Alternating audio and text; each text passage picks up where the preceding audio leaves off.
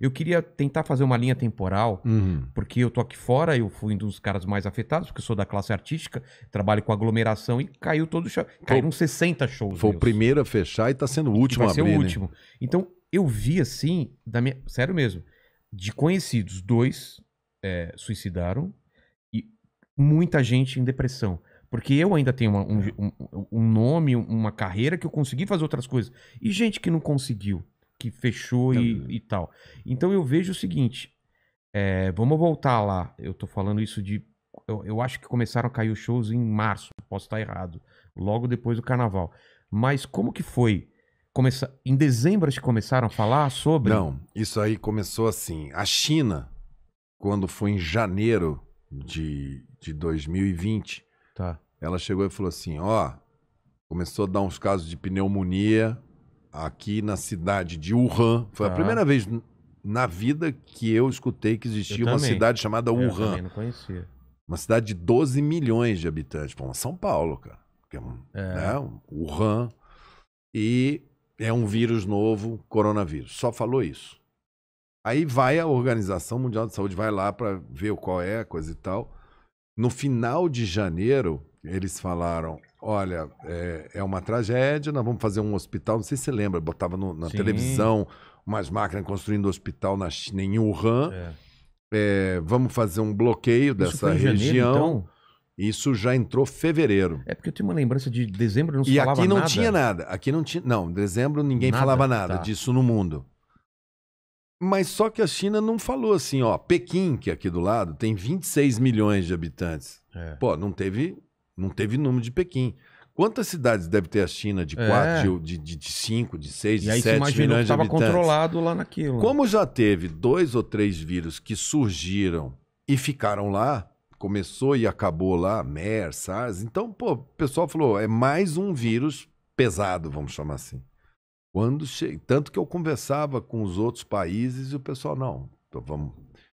E a Organização Mundial da Saúde falou assim, não, é um problema da China e um alerta internacional. Não falou que era uma emergência. Depois de um tempo eles falaram, não, é uma emergência internacional, vai passar para o mundo.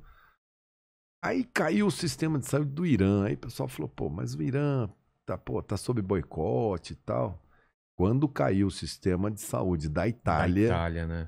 Aí o mundo olhou e falou, não, peraí, o sistema de saúde da Itália não é um sistema fraco. Aí foi indo, cara. Aí foi caindo. França, Inglaterra capotou, Alemanha.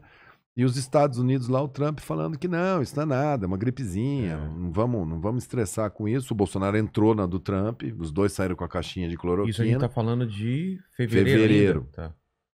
Carnaval ele faz aqui... Vida normal, vida que normal. segue. Nenhum caso. Nenhum caso. Aí quando foi final de fevereiro, começo de março, primeiro caso no Brasil. Aqui em São Paulo, de um paulista que estava na Itália. Ele volta, chega numa sexta-feira, no domingo ele faz um almoço com a família e segunda-feira ele vai no Einstein. Uma doença que entrou pelos ricos. Uma das primeiras doenças infecciosas que não foi dos pobres, da periferia para cá. Ela foi dos ricos para lá. Tanto que no começo só dava Einstein, Sírio-Libanês. Quando eu vi cair esses sistemas todos e falei, cara, e quantos leitos que a gente precisa no SUS pro Brasil para dar conta? 15 mil. E não tinha respirador, não tinha máscara, não tinha avental, porque o Brasil desindustrializou na área de saúde, foi tudo para a China. A China vende uma máscara, bota aqui pra gente a 4 centavos. Não vale a pena. Se você botar uma fábrica aqui, você vai vender a 12. Quer dizer, caramba. Então, não dá nem pra competir. Só que o planeta Terra se ligou na China. Ela responde por 96% da produção mundial de máscara, desses itens. Resultado, ela falou, fechei e não vou exportar, porque eu vou usar aqui dentro. O mundo inteiro, vlum. E aí o cara falou assim, mas o que isso tem a ver? Tem a ver que se não tem a máscarazinha dali, você fala, bota de pano. Só que antigamente tinha aquelas lavanderias hospitalares que acabou, porque todo mundo compra descartável, ninguém mais faz aquilo. Caramba. Então a gente o mundo ficou perigosamente. Aí o cara que tivesse apendicite, ele ia chegar lá, ele ia falar, não tenho o equipamento, não tenho a roupa para vestir o médico para te operar. E não tinha respirador, não tinha monitor. Então, aquele período a gente falava, segura para a gente economizar item para o nosso sistema de saúde não colapsar até a gente conseguir abastecer. Então essa foi essa época que você falou, o começo dela. Eu ainda não tinha o número enorme de casos, mas a China ficou 47 dias sem vender um item. Nós chegamos na iniciativa privada e pública, somadas as duas, chegar perto de zero. O quê? Perto de zero. Coisas que teriam que vir de lá. Aí chegou um pouquinho... Não tinha um segundo fornecedor, grande fornecedor, tipo Índia, não, e quando a sei lá. China reabriu, os Estados Unidos entrou lá dentro com aqueles Exato, aviões dele e falou, ó, é tudo meu. Entrava a Europa, falava, tudo meu. E a gente pedalou. Aí conseguimos, aí fomos abrindo os leitos, foi indo, reativamos fábrica brasileira que estava meio parada. Eu coloquei Brastemp, que faz geladeira, ó, você vai fazer respirador para fazer, enfim, fizemos aquela corrida, né, para poder arrumar. E foi nesse tempo que eu apresentava para o presidente sistematicamente, falava, ó, o estrago que fez aqui. Aí ele acreditava que os Estados Unidos ia ter uma... Você ficou assustado na Itália, você já ficou assustado? Ali eu falei, cara... Aí você já acendeu uma luz...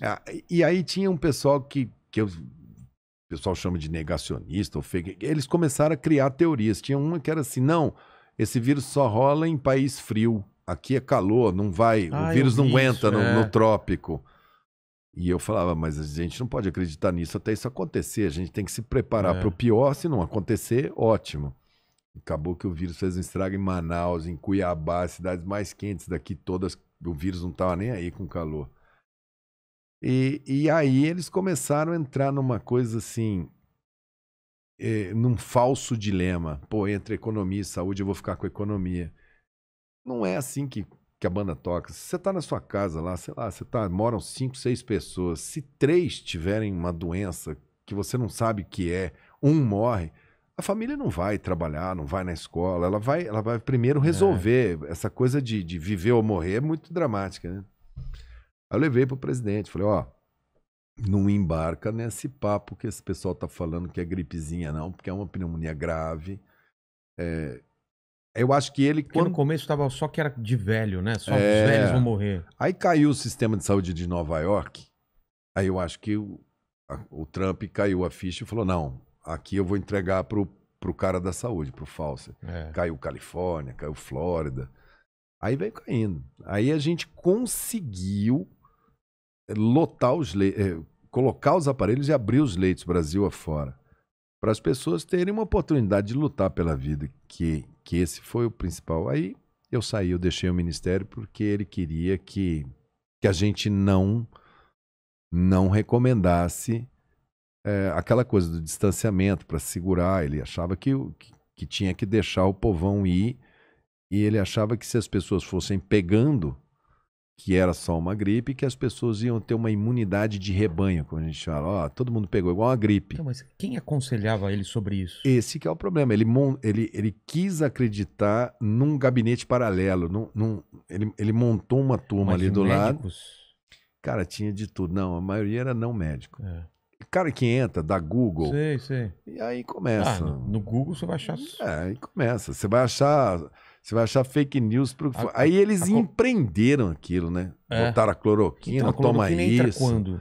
Nessa época, porque é política a decisão. Porque se você falar assim, ó, cara, eu quero que abre tudo. Aí a população fala, pô, mas você não vai... E a saúde?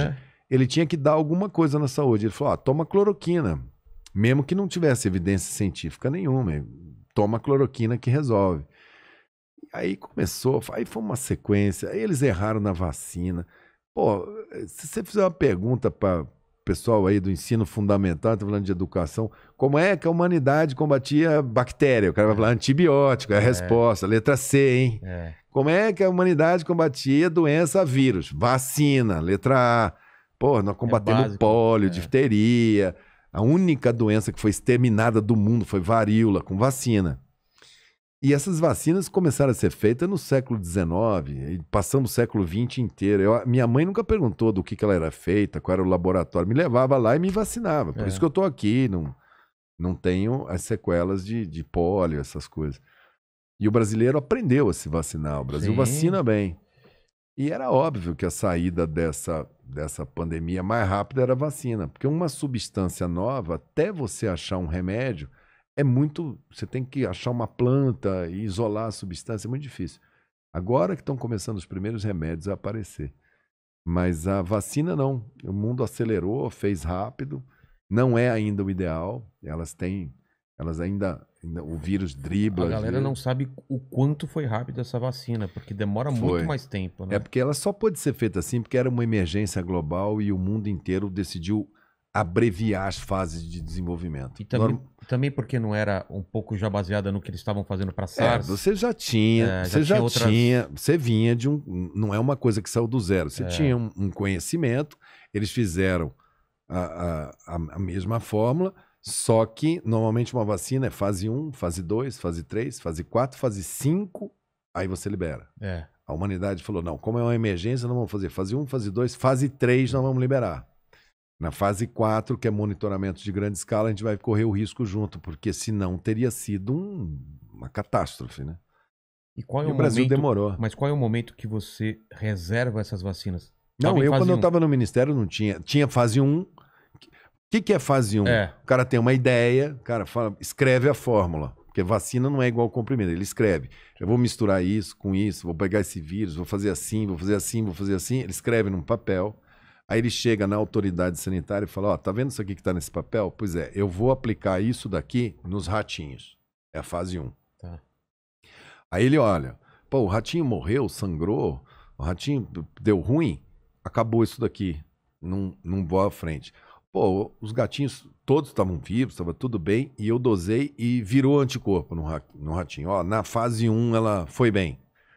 Peço autorização para fase 2. Que são 100 pessoas, 150 pessoas, que serão os primeiros seres humanos. Normalmente é o pessoal do próprio laboratório. Ah, é? O cara fala, cara, eu vou me auto-aplicar, o cara que fez, vou aplicar, vou pedir pro meu irmão. Normalmente é um grupo muito, muito em torno daquilo dali. 100 pessoas, 150 pessoas, é a fase 2. Aí, com base na fase 2, o cara fala, ok, te autorizo aí para fase 3. Só que você tem o tempo todo para passar. Você aplica, depois você vai fazendo os exames, exame de sangue, exame de fase 3, pode testar em até 15 mil pessoas. Aí o cara faz em diferentes continentes. O cara faz 15 mil. Aí ele fala, tá aqui o resultado, os anticorpos, coisa e tal. Posso usar? Normalmente, na evolução de vacinas, o cara fala, não, vá para a fase 4 e eu quero 400 mil, 500 mil pessoas em diferentes lugares do mundo com esse padrão de checagem. Normalmente é assim. E a fase 5 é monitoramento para o resto da vida da vacina. Tá. E a humanidade resolveu falar, não, com fase 3 nós vamos autorizar a aplicar, que é o que a gente está... As vacinas todas foram para a fase 3 e estão correndo a fase 4 agora. Quando eu estava no Ministério, só tinha a fase 1 e estava a primeira indo para a fase 2. Quem que estava na fase 1, você lembra? Ah, lá tinha uns 100 e poucas. A maioria... todo mundo correu para... Não, e a maioria morre na fase 1. Ó, não virou nada, não tem um anticorpo aqui no ratinho, não virou, a sua ideia não virou, a sua fórmula que você fez não virou. Muita gente, muito já morreu, já caiu. Aí começou, acho que uma das primeiras a fazer fase 2, que é assim, humano, posso estar enganado, não falaria isso, mas eu acho que foi a Pfizer.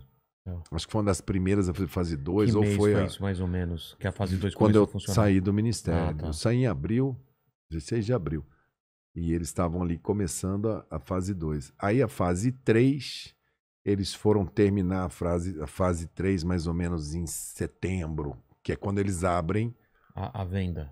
A pré-venda. Entre a 2 e a 3, se ele está acreditando que ela está marcando bem, ele avisa para os países assim, ó, tô com uma vacina, já passei a fase 1, já passei a fase 2, entrei na fase 3, está marcando bem. Você quer encomendar?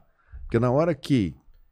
Encomendar sem dar grana? Sem dar grana. É compromisso de compra. Entendi. Você se faz ela funcionar... Vamos fazer um contrato de risco. Se ela funcionar e ela tiver registro aqui no Brasil, na Anvisa lá, eu quero comprar de você 20 milhões de doses, 100 milhões de doses. Quantos que você pode me vender? A quanto? Tá. Se você não encomendar... Você vai para a final da fila. A fábrica não pode...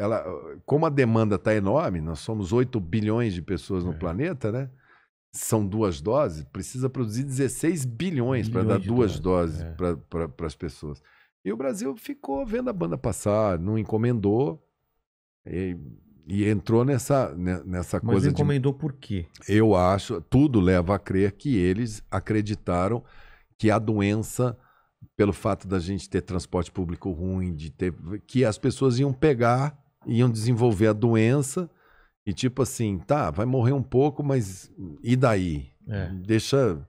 Todo mundo pega e não vou precisar vacinar. Eu acho que eles foram nesse sentido. Não vou gastar o dinheiro, porque até ficar pronta a vacina, tipo assim, todo mundo já pegou, igual uma gripe, um vírus de resfriado.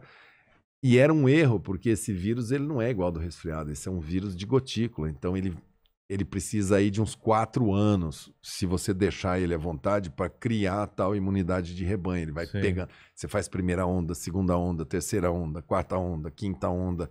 A gente tá aí na terceira onda? A gente tá... Essa delta que tá batendo na nossa porta vai fazer a terceira onda agora. Já fizemos a primeira e a segunda. E esperamos que com a vacina e mais do que as pessoas já tiveram, que essa onda não seja tão arrasador como foi a segunda. A segunda foi uma Mas a segunda, porrada, se a gente tivesse encomendado a vacina e falar, a segunda a gente teria quebrado aquela crista grande, mas isso cara. que as pessoas não entendem. Eu também vejo dessa forma. E a própria volta da economia. A gente já Os outros países estão voltando porque... Tem lugar que tá tendo shows Inglaterra, grandes, Austrália. E outra, e o Brasil, o povo quer vacinar. A França tem as vacinas e os caras não vão vacinar, porque lá é o movimento anti-vacina, mistura com religião. Lá tem um nó lá. E os Estados Unidos vacinou 50% e agora quem não vacinou tá tendo... Tem gente que não quer vacinar também nos Estados Unidos porque lá tava à disposição bem antes.